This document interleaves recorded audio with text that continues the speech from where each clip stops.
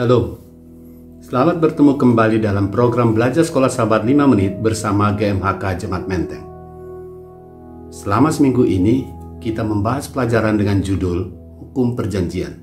Dan pada hari ini, judul pembahasan kita adalah Stabilitas Hukum Allah.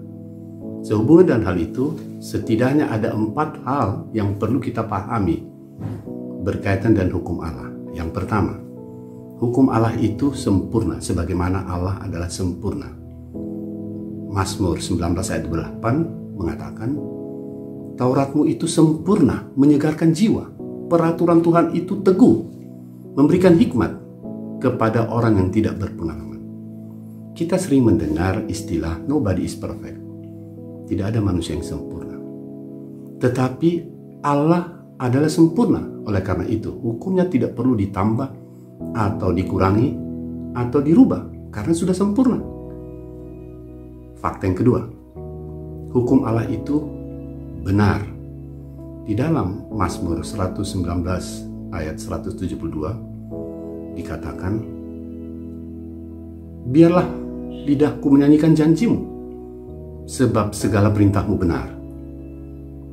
Ketika membicarakan tentang satu undang-undang, sering kita mendengar orang mengatakan kebenaran itu relatif, tergantung dari siapa yang menafsirkannya. Lalu bagaimana kalau yang menafsirkannya itu adalah manusia yang adalah tidak sempurna? Tentu repot, bukan? Tetapi hukum Allah dibuat oleh Allah yang adalah benar. Jadi harusnya tidak ada salah tafsir. Fakta yang ketiga, hukum Allah itu tidak berubah sebagaimana Allah tidak berubah. Maliaki 3 ayat 6 berkata, bahwasanya aku, Tuhan, tidak berubah. Saudaraku, sekalipun satu negara memiliki undang-undang dasar yang telah mempertimbangkan berbagai hal pada waktu membuatnya, pada kenyataannya dari waktu ke waktu seringkali ada revisi, amandemen terhadap undang-undang dasar itu agar disesuaikan dengan perubahan zaman.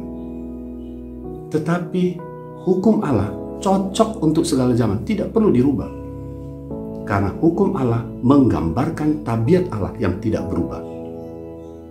Masalahnya adalah kita manusia yang sering tidak mau mengerti. Setelah manusia jatuh ke dalam dosa, Allah ingin untuk menyelamatkan manusia. Oleh karena itu perlu ada hubungan. Suatu hubungan menuntut persetujuan dari pihak-pihak yang terlibat dan keharmonisan dari mereka. Untuk itu perlu ada hukum yang mengaturnya. Tetapi tujuannya bukan untuk menyelamatkan, melainkan untuk menentukan bagaimana kita manusia harus bersikap kepada Allah dan kepada sesama kita manusia.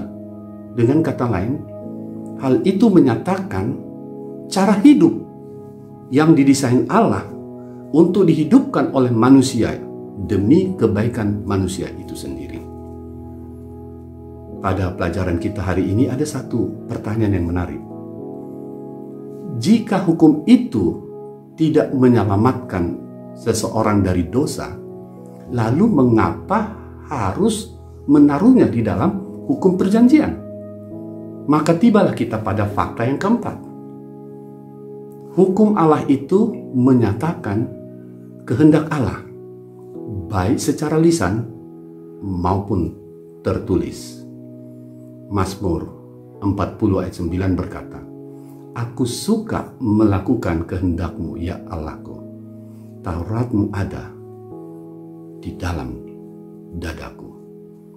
Jadi, saudara, jika kita ingin hidup di dalam keharmonisan dengan sesama kita manusia dan dengan Allah yang telah menyelamatkan kita melalui kasih karunia, marilah kita menghidupkan hukumnya di dalam kehidupan kita. Hukum Allah yang sempurna, benar, dan tidak berubah.